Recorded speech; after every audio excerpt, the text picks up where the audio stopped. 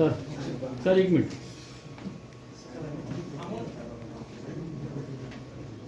ठीक आहे, आम्ही हे भेटल्या चॅनल्स थ्रू पाठवतो होतो. शुअर हे लेवलला कॉग्निझन्स आपलं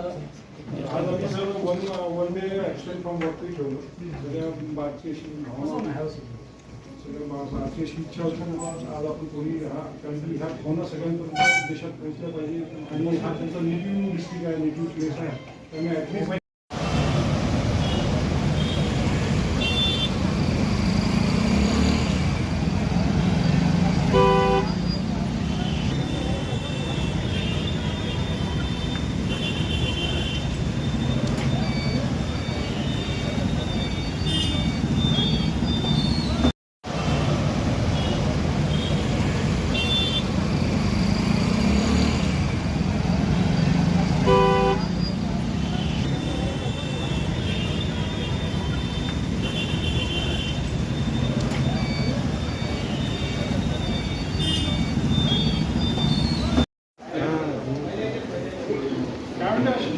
नाही ते आतमध्ये आहे जलसंधारणची बोलून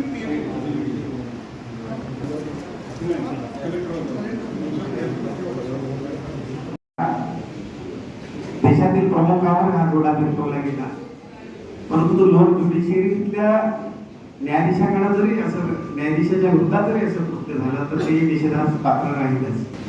मित्र, या प्रसंगी आपल्याला आपण वकील बनतो निश्चितच एक थोडीशी कोर्ट हॉलमध्ये सनातन जिंदाबादच्या नारे लावत जर सीबीआयच्या ला मारण्यासाठी जोडा उगारतो आहे, फेकतो आहे, ते असं निश्चित कारण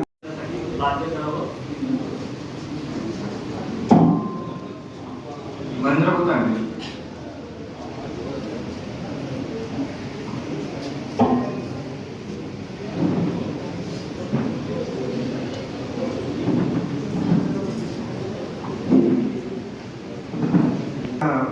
बार म्हणजे अत्यंत विद्वानांचा बार आहे, परंतु त्या बारचे सदस्यही काही पागल वकील असू शकतात ते कालच्या घटनेला दिसून येते.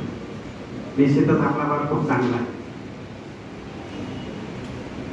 सनातन जिंदाबादच्या नावाने एक वकील उठतो आणि सीबीआयच्या कडे जोडा फेकून मारतो. दिनांक 6/10/2025 रोजी देशातील न्यायव्यवस्थेतील सर्वोच्च संस्था असलेल्या सर्वोच्च न्यायालयातील सर्वोच्चपदी विराजमान असलेले न्यायमूर्ती भूषणजी गवई हे कोर्टातील न्यायालयातील कामकाज करीत असलेल्या एका व्यक्तीने ॲडव्होकेट राकेश किशोर यांनी पायातील जोडा काढून हल्ला करण्याचा प्रयत्न केला. त्याला तिथेच जेरबंद करण्यात आला. ही अतिशय दुर्दैव आणि घृणास्पद अशी घटना आहे. न्यायव्यवस्थेतील देशाच्या लोकशाही देशातील न्यायव्यवस्थेतील अतिशय काळाकुट्ट असा दिवस आहे.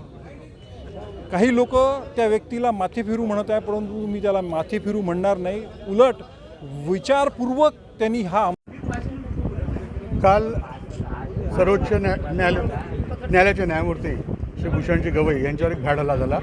त्याचा निषेध करण्याकरता अमरावती वकील संघाने आज मिटिंगचा कॉल केला होता. त्या सर्वानुमते त्या गोष्टीचा निषेध होऊन आपल्या भावना सरकारपर्यंत पोचाव्या असा ठराव मंजूर झाला. तो ठराव घेऊन साधारणतः 500 वकील मंडळी आज कोर्टातनं कलेक्टर ऑफिसला आलेले आहेत की आम्हाला आमचा जो ठराव आहे तो फक्त कलेक्टर साहेबांना द्यायचा. 1 मिनिटाची फॉर्मॅलिटी होती, पण असं असताना सुद्धा अर्धा तास झाला आहे.